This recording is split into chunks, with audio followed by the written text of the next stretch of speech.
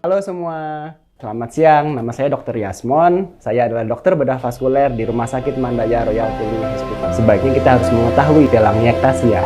By the way, mana varises itu terdiri dari 6 stadium. Tindakan pasien yang paling baik adalah menyelesaikannya tidak harus diamputasi sampai pangkal paha ya. 10 cm memang besar sekali. Nah, kalau primary lymphedema ini memang dari kecil.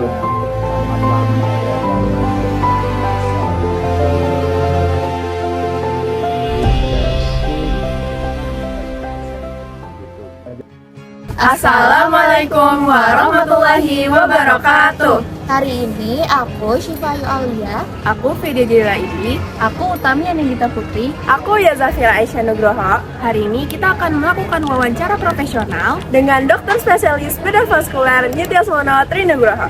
Silakan disimak. Sebelumnya, wawancara profesional itu apa sih? Jadi, wawancara profesional adalah percakapan antara pewawancara dan narasumber yang bertujuan untuk mendapatkan informasi. Yang membedakan pewawancara profesional dan wawancara biasa adalah dari narasumbernya, yaitu orang yang memiliki profesi tertentu atau keahlian tertentu.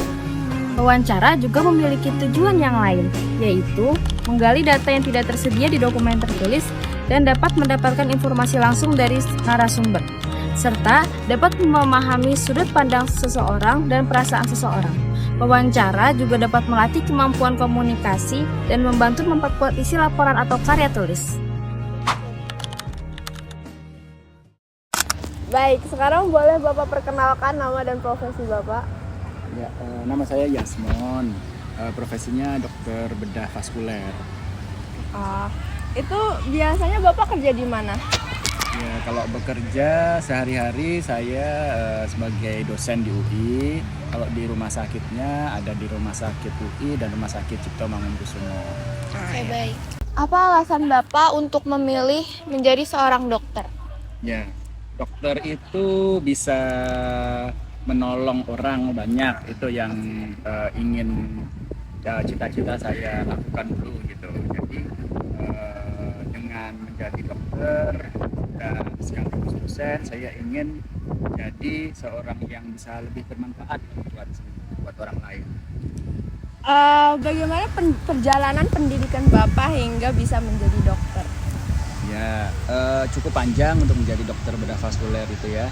Jadi mulai SD, SMP, SMA biasa ya. Kemudian harus menempuh sarjana kedokteran. Sarjana kedokteran itu selama 4 tahun kalau dulu.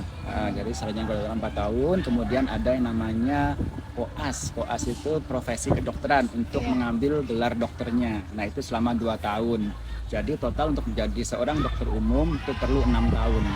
Nah setelah itu baru kemudian saya menekuni spesialis bedah itu selama 5 tahun dan dilanjutkan dengan subspesialis bedah vaskuler selama 2 tahun. Jadi dari 6 tahun tambah lagi 7 tahun. Oh, jadi dari Bapak kecil sampai sekarang Bapak belajar mulu dong? Ya tidak juga. Apa tantangan terberat yang Bapak alami selama masa kuliah kedokteran ini?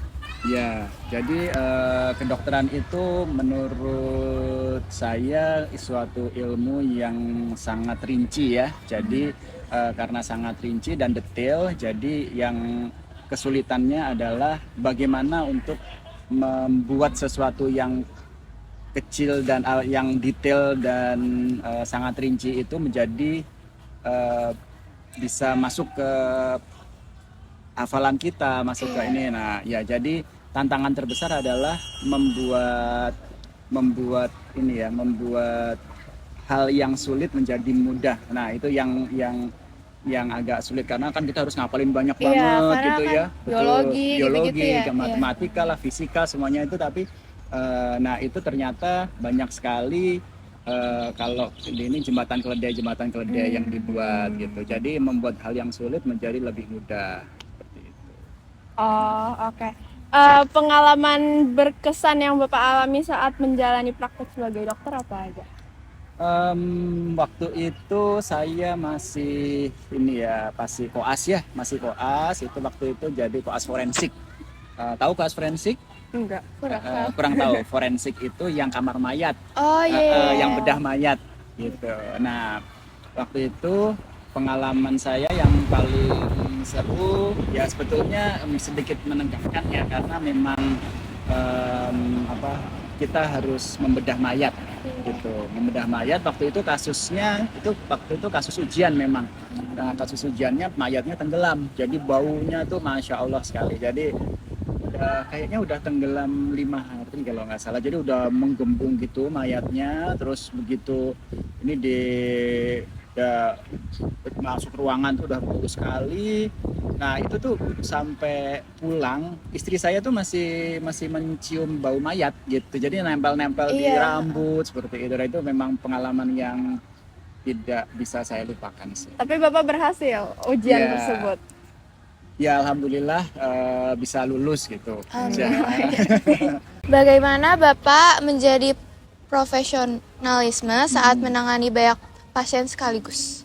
Ya, jadi kita bisa memberikan skala prioritas untuk selalu profesional. Profesional itu kan intinya adalah melakukan pekerjaan kita dengan cara yang paling tinggi, keilmuan paling tinggi sesuai profesi kita. Nah, nanti bagaimana caranya itu dengan skala prioritas. Jadi misalnya ada banyak pasien sekaligus, kita akan pilih-pilih. Misalnya yang mengancam nyawa dulu, seperti itu. Oh kemudian, yang ini cuma terkena paku dan tidak mengancam nyawa. Gitu. Nah itu kita bisa beda-bedakan dari situ. Jadi prioritasin yang Lebih gawat, darurat. Iya.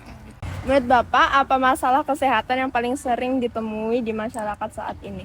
Ya, masalah kesehatan untuk di Indonesia ya maksudnya ya. Ini mungkin lebih ke pola makan ya. Jadi kesehatan itu mulai dari gizi buruk dari kecil atau bahkan sampai obesitas seperti itu. Jadi memang pola makan yang akhirnya sangat mempengaruhi dari status gizi seseorang. Nah itu dari situ menjadi biang dari semua penyakit gitu. Kalau misalnya terlalu kurus, terlalu kalau stunting gitu ya. Nah itu jadinya otaknya tidak berkembang, kemudian tidak bisa sekolah dengan baik. Begitu juga kalau terlalu obes atau misalnya sangat gemuk sekali ya, penyakit jantung koroner, penyakit diabetes, penyakit arteri perifer semuanya jadi banyak gitu. Berarti silakan. berarti masalah di Indonesia untuk anak-anak sekarang dan kayak masalah kesehatan yang sering dialami oleh anak-anak Indonesia itu berarti stunting sama obesitas ya? Iya, sementara ini yang saya lihat adalah seperti itu. Jika diberi kesempatan memilih ulang, apakah Bapak tetap ingin menjadi dokter dan mengapa alasannya? Pertanyaan sulit ini. Sebetulnya cita-cita saya waktu awal itu astronot. Oh, Iya gitu. Jadi, menarik ya. Ya jauh sekali gitu. Karena memang astronot menurut saya suatu ini ya. Saya orangnya suka fisika gitu. Jadi menurut saya teori relativitas itu sangat-sangat menarik gitu. Dan itu bisa kita buktikan setelah kita sedikit jauh dari gravitasi gitu. Nah itu yang saya ingin pelajari dulu. Karena mungkin waktu itu mungkin ke Amerika ikut NASA atau apa gitu sepertinya sulit, jadi sama ayah tidak boleh gitu, ayahnya bapak. Baik, sepertinya segini saja wawancara kita hari ini. Baik. Terima kasih Bapak. Dan juga terima kasih kepada para penonton yang udah nonton. Sekian dari kami. Wassalamualaikum warahmatullahi wabarakatuh. Waalaikumsalam.